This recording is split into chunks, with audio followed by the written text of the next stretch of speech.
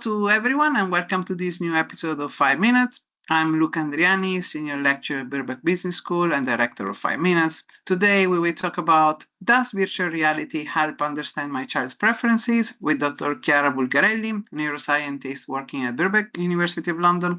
Chiara, very welcome to 5 Minutes. Thank you so much. Thank you. Chiara, as neuroscientist, one of your areas of expertise is social development in toddlers. So when we talk about studying social development in toddlers, what does that actually mean? I mean, what kind of things do you focus on? So social development refers to the process through which infants and children acquire skills, behavior, and understanding that we all need to interact effectively with each other. For example, you can think about like emotion recognition, emotion understanding, empathy, or imitation. And since most of these skills are rooted very early in life, I think it's very fascinating to investigate the mechanism behind their development, which is indeed the focus of my research. And this knowledge, I think, can really help us better understanding how to enhance these skills or design intervention when developmental trajectories do not follow the expected path. Okay, so how can virtual reality help us understand how toddlers think and behave? What does that look like in action?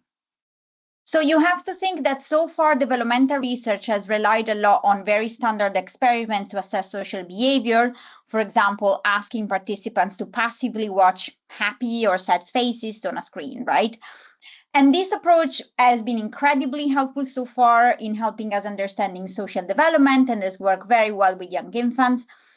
However, as a research community, we have recently began to explore more realistic experimental design, especially for studying young children who might struggle to comply with strict lab protocol. If you ever interacted with a 3 or a 4 years old, you know that they're generally not very happy to do what you tell them to do or stay very still for a very long time. And you also know that if you watch like a 3 or a 4-year-old playing with their peers, playing together, you know how challenging it would be to assess their development in their natural setting, such as like a playground or a nursery, right? Where it's very, very hard to control all the factors that might affect their behaviors. So this is where we think that virtual reality can become a very valuable tool. And I'm so lucky to be part of the Birkbeck Center for Brain and Cognitive Development, where we have a virtual reality room that has been specifically designed for toddlers and young children that we all call CAVE. And this has been recently opened over the past few years. So we see virtual reality as this sweet spot between the unpredictable real world and the overly controlled lab environment. In fact, by designing virtual social scenarios with virtual human characters, we can leverage the virtual reality environment to assess social skills in young children more realistically, allowing them to move around and actively interact with these virtual characters. And thanks to wearable technology, we can even measure their brain or activity or their heart rate while they play, which would provide us with a comprehensive pictures of the mechanism behind their development without relying solely on their behavioral observation. Nice, very interesting. So can you share some surprising or interesting discoveries from your research so far? Yes, so the very first study we ever published from the Virtual Reality Lab at the Center for Brain and Cognitive Development focused on toddler social preferences. And by that, I mean just investigating who they prefer to interact with, socially speaking. So we know that young children, very young infants, for example, prefer to interact with adult females, but this preference might change during toddlerhood when children have more peer-to-peer interaction and develop their own sense of gender identity. So in this study, we tested almost 43 to 5 years old who found themselves in this VR room in a virtual classroom with virtual agents of different ages and genders. And the task was very easy, very simple. The children were holding like a magic wand to pop virtual bubbles that were coming out from a blue elephant bubble machine. And they could choose their playmates. So who do they wanted to play popping bubbles with among these virtual characters in front of them. And we found that children prefer to interact with the agent who was more similar to them. So same age, and same gender. However, we soon realized that this result was strongly driven by our female participants who consistently chose the toddler girl avatar, while the male participants picked their playmates a bit more randomly. And we also measured their brain connectivity while they were doing this game, which basically just tell us whether specific social brain regions are in sync during a specific condition.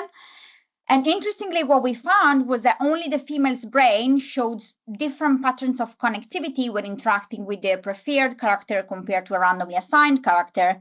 And the male's brain didn't show any differences between the two conditions. So this is, I think, a very nice example in which brain data support behavioral data and everything is consistent.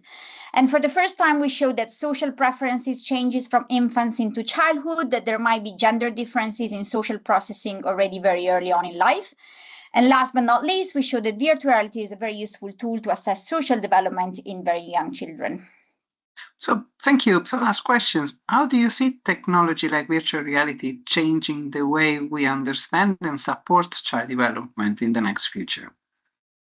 So interestingly, I think there is some research evidence that show that virtual reality can be used for training skills and behavior. So for example, if you think about people with very strong social anxiety or claustrophobia, in the virtual reality environment, they can gradually practice challenging situations. For example, being in a very crowded subway underground. So they feel more prepared in the real life.